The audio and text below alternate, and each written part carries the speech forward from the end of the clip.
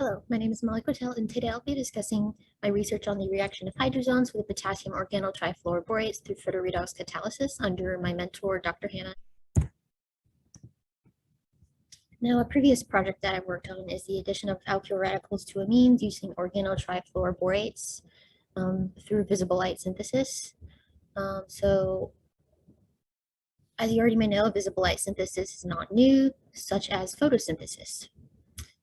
Which uses thermal energy to make sugars. But our research is interested in using light energy to promote organic synthesis. A BF3K, or an organotrifluoroborate reacting with an imine and using an organic photocatalyst, which is a cheaper alternative compared to some transition metal catalysts. And this produces an alpha arylamine, which is an important pharmaceutical substructure. So in the mechanistic details, here's the proposed mechanism of the addition of alkyl radicals to amines in my previous project, which does relate to this current project, but I will explain that later.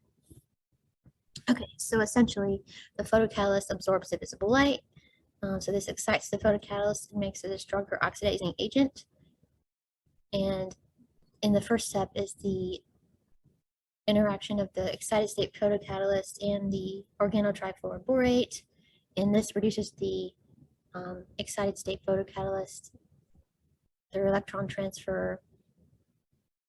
And it also creates this alkyl radical here, which is used in the second step with the reaction of the radical, or the addition of the radical to the imine, which creates this end-centered radical, and this end-centered radical interacts with the reduced state photocatalyst to then reduce this amine here, and after some workup and quenching, we can protonate the alpha arylamine. Now, in relation to this,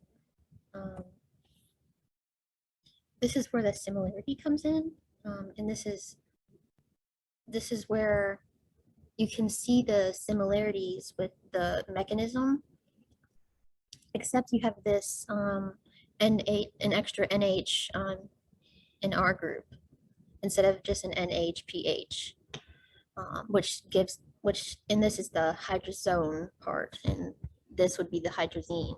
So basically in the second step is the radical addition to the hydrazone, which creates this end-centered radical, and that interacts with the reduced state photocatalyst, and this creates the hydrazine. The hydrazine can be protonated there. Okay, so in addition, this research is the exploration of addition of radicals to hydrazones, as I explained previously. And I'm currently in the development of the reaction parameters phase. So basically, I'm just testing different reaction parameters, and I will discuss that later in this presentation. But like alpha arylamines in that first mechanism that you saw, the hydrazines are also important pharmaceutical substructures, so that's also how these two projects relate to each other. Okay. So in the development of the reaction parameters, I chose this model reaction here with the benzaldehyde talzohydrazone plus the isopropyl trifluoroborate, and these two react to get the substituted isopropyl hydrazine. And in optimization of the photocatalyst, well, in determination of the selection of the photocatalyst, I'm currently using mezachramy, but I plan to test a different photocatalyst as well.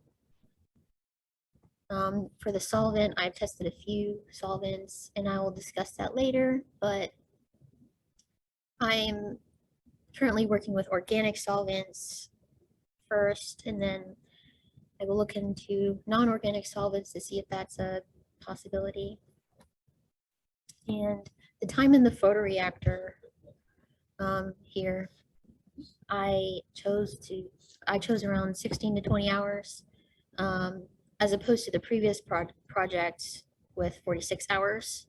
And that's just looking at the literature examples, and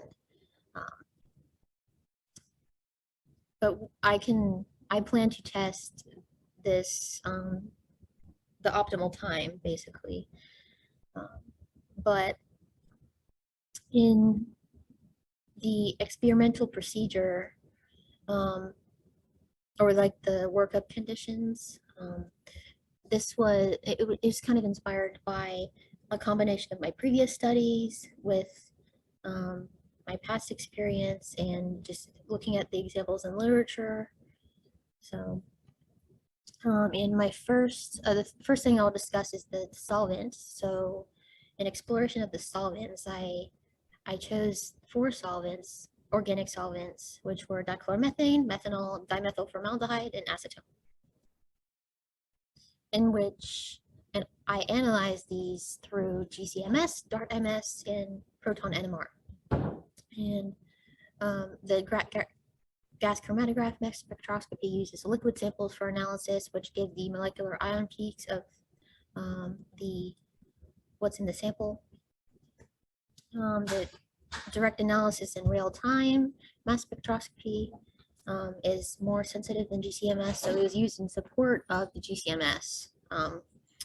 And the DART also uses liquid and solid samples, liquid or solid samples for analysis, which is very helpful. And the proton NMR was used for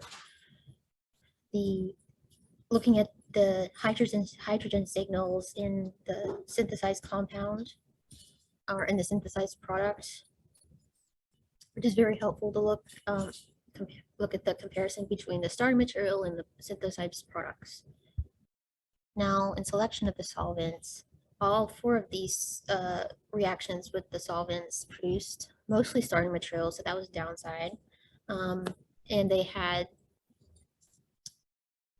identified and unidentified side products. They performed about the same, as I said, except for DCM, which the proton NMR indicated a cleaner reaction, meaning that there was less grease and it looked the closest to the starting material. So in use of the solvent, I would like to explore different solvents such as non-organic solvents, like water. An advantage of water in synthesis, which was used in some literature examples. Water is cheap and really readily available. It's non-flammable, non-toxic. The reagents that are water stable can be used, such as the organotrifluoroborates, which have air and water stability. So that just means those reagents don't interact with the water and produce side reactions.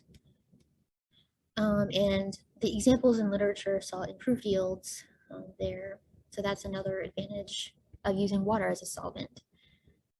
Some other future studies would be to look at different addition of radicals instead of the isopropyl radical to the hydrazone, which leads to the scope and limitations and the optimization part of this research. So again, this hydrazone can be reacted with in a radical, and the photocatalyst in using a solvent, the proposed product would be this substituted hydrazine there. And thank you for listening. Feel free to contact me if you have any questions. I would like to acknowledge the National Institute of Health, South Carolina INBRE, ACSPRF, National Institute of General Medical Sciences, Winthrop University, the Winthrop University McNair Scholarship Program, and lastly, my mentor, Dr. Hannah. Here are my references. Thank you for listening.